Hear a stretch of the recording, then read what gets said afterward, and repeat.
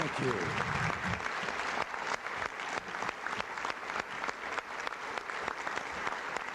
Thank you very much. Thank you all very much, and thank you, Governor Sununu. And I know someplace here with us are two congressmen who came out with me, Gradison and McEwen from Ohio.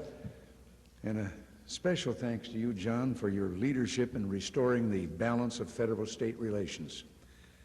Before I begin my prepared remarks, I have a piece of very good news for you. The United States nation's Secretary General will announce today, later today, a ceasefire in the Persian Gulf.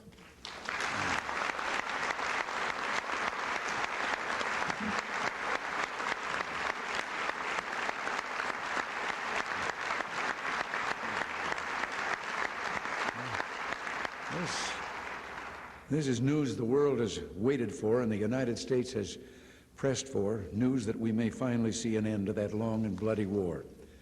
Although this is only a first step, it's an affirmation of a policy of strength and commitment.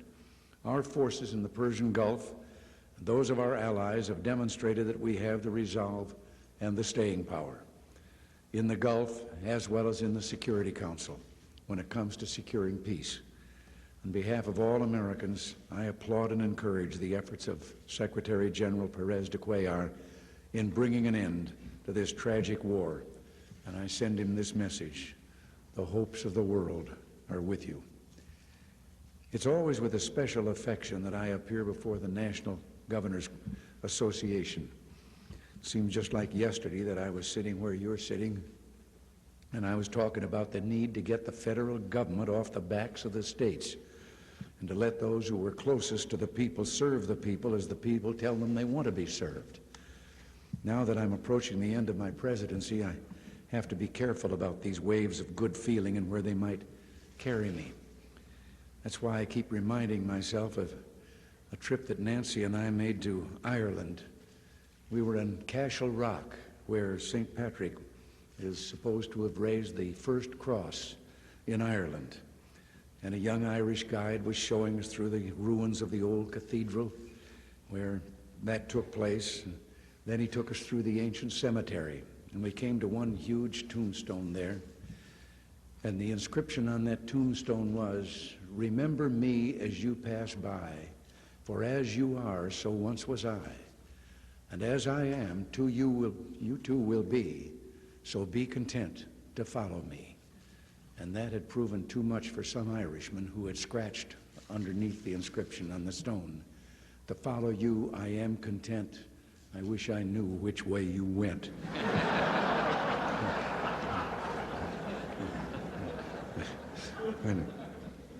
I hope that history will record that this former governor went on to practice what he'd preached and to fight the use of federal dollars first as bait and then as a club, and to return power and responsibility to the states where they belong. And I'm confident that history will also find that the states were up to the challenge, and that in these years America entered a new era of democracy and had a new birth of freedom. Yes, a new era, a new beginning, a rediscovery. In this time when we hear so much about competitiveness, we also hear about the necessity for businesses to do what some call flattening hierarchies.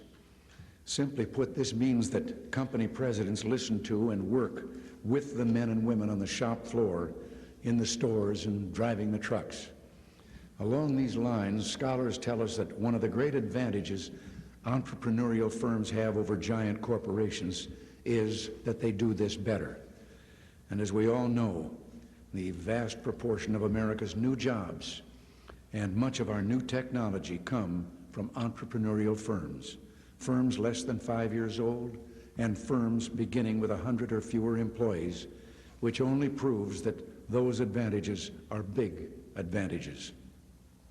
The most modern business consultant has rediscovered a wisdom known to our founding fathers, that the genius of America, whether in governing ourselves or in providing our daily bread, is in the ordinary man and woman. America's strength and wisdom have never come from the power and cleverness of those on top, but from the strength and wisdom of the American people. And after years of skepticism, the wisdom of our founders is once more the accepted guide to practice in Washington. In the last 7.5 years, we've broken the federal government of its compulsion to control every breath the states take. We've consolidated dozens of categorical grants into 9 block grants, putting power that was once in the hands of federal agencies back into the hands of governors and state legislatures. We've loosened federal controls on the states in a number of other areas. We've required that federal agencies consult more often and in greater detail with state and local officials on issues dealing with federal grants and economic development aid to their areas. We've issued uniform rules governing grants and cooperative agreements, and we have listened. Too often in the past, when Washington listened to the states, it heard only what it wanted to hear. It was like the story of a fellow who went off to the Army and learned marksmanship, and he won a medal for it and came home on leave very proud. When he got to the edge of town, he saw a wall, and on the wall someone had chalked dozens of bullseyes, and in the middle of each bullseye was a bullet hole. The fellow had to find out who shot like that, and pretty soon he did. It was a 6-year-old boy. And the fellow said, "How did you do that?" And the boy replied, "Simple. I take this rifle and I shoot at the wall. And then I take this chalk and I draw a circle around the hole." Well, that's how on target Washington used to be when it responded to the states. Today, things are different. When governors talk, we not only listen, but we hear. We've been listening especially closely since John Sununu wrote to me almost 2 years ago with your suggestions for improving how we run federal assistance programs. And as we reported to you in February, many of these suggestions have either been put into practice or will be soon. Now, we have a second round of suggestions, and you saw the results of that yesterday in Phase 2 of the regulatory reform report that you received. Nowhere has this partnership been closer than in responding to the current drought. From the NGA's June conference in Chicago, which Secretary Ling attended, to your Washington meeting in early July with the administration and congressional leaders, to the consultation Secretary Ling has had with so many of you, we have worked side by side to meet this crisis. You have advised, and we've responded. America's farmers are getting help. But at the heart of this new era in American government is not the idea that the federal government will merely let the states toss ideas into a suggestion box, but that we in Washington will also honor the leadership role the states have to play. And from education to transportation to helping America's poor and homeless, you have led. While Washington has been caught up in partisan intrigue, you've gone out and done the job.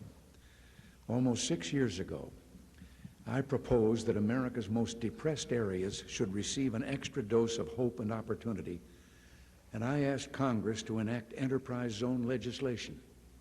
Despite some minor moves last year, Congress still has failed to pass meaningful enterprise zone legislation.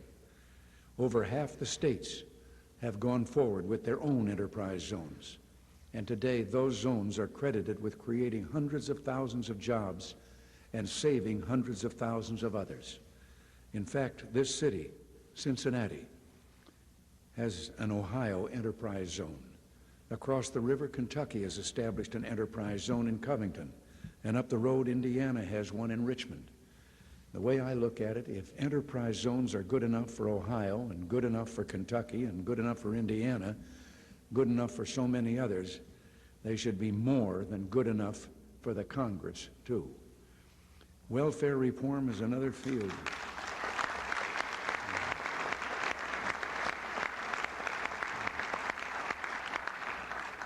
Welfare reform is another field in which you've been way out front. Congress today is still debating a welfare reform package, years after states started taking advantage of the greater flexibility we gave them.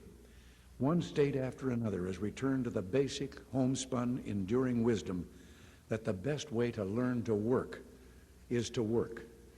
And the best way to get people to work is to make sure they have the incentives to work. Once we gave you the flexibility, you abandoned the destructive and bizarre prejudices that had crept into programs designed and administered from Washington. Prejudices such as that public assistance carried no obligations for the recipient, or that if one had a choice, it was as acceptable to live on welfare as to be independent. Now, even more ambitious experiments have begun. Over the years, Congress has come up with program after program that was advertised as a way to wean long-term welfare recipients from their dependence on the government check. All those programs had one thing in common: they failed. And that's why just over a year ago, we said it was time to stop looking for another program from Washington. We said that it was time for Washington to show a little humility, that in 50 states and thousands of communities across our land, there are millions of sparks of genius. Why not kindle them into flames? And so we asked for state proposals for treating public assistance programs as an integrated system, and for using that system to help recipients climb up from dependency. And we said we would approve any state proposal that had a chance of reducing dependency, as long as it ensured that needs continued to be met. It created no net increase in federal costs, and it could be soundly evaluated. Well, I don't have to tell you what happened next. So far, we have approved proposals from New Hampshire, New Jersey, New York, North Carolina, Ohio, Washington State, West Virginia, and Wisconsin. We are reviewing proposals from Georgia, South Carolina, Illinois, New Mexico, Arizona, and California. By the end of the year, we expect that at least half the states will have proposals approved or under consideration, and over a quarter of all AFDC recipients in the nation will soon be involved in projects already approved or pending. AFDC, we're so used to initials in Washington, maybe I should say that's Aid for Dependent Children. And let me make a prediction here. After decades of Washington flailing from one dependency-producing welfare program to another, I believe that the states will find the way truly to help welfare families become independent and productive, and to put them on the ladder of opportunity that we call the American dream. All this vitality in our states couldn't have come forth, of course, if our nation had remained stuck in the era of inflation and stagnation of a decade ago. State and local receipts have doubled in the last decade, dollar for dollar, a bigger climb than we had in federal revenues. Some of this was because with our 1981 tax cuts, with tax reform in 1986, and by restraining some Washington eager beavers, we've broadened the tax base of the states and either stopped the federal government or kept the federal government from preempting state revenue sources. But more than that, our states, like our citizens, have known the blessings of the longest peacetime economic expansion on record. You know the story. Since our recovery began, America has created, and forgive me, John, it's more now than 17 million jobs. And the percentage of the labor force employed this year is the highest, not only in our history, but in the peacetime history of the industrial world.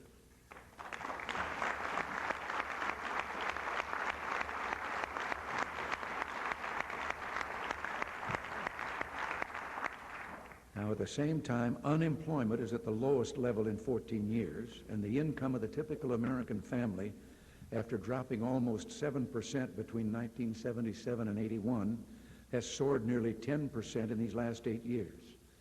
Some talk about the declining middle class, and it turns out that the middle class is smaller, not because more people are poor, but because more people have become better off. Since 1982, manufacturing production has risen at a faster rate than Japan's. One authority on manufacturing said not long ago that we had become the most competitive manufacturing nation in the world. As a result, we are today exporting chopsticks and Hondas to Japan, highly processed high-tech sand to Egypt, and all in all, more goods and services than ever before in our history. Here in Cincinnati, I met this morning with some of the men and women who have pushed our exports to the highest level in history. U.S. Precision Lens makes more than 2/3 of its sales to foreign companies. And meeting the men and women there, I just couldn't help remembering what General George C. Marshall said when asked why he was so confident that we would win the Second World War. "We have a secret weapon," he said, "the best blankety-blank kids in the whole world." Well, we too have a secret weapon, the best blankety-blank workers in the whole world.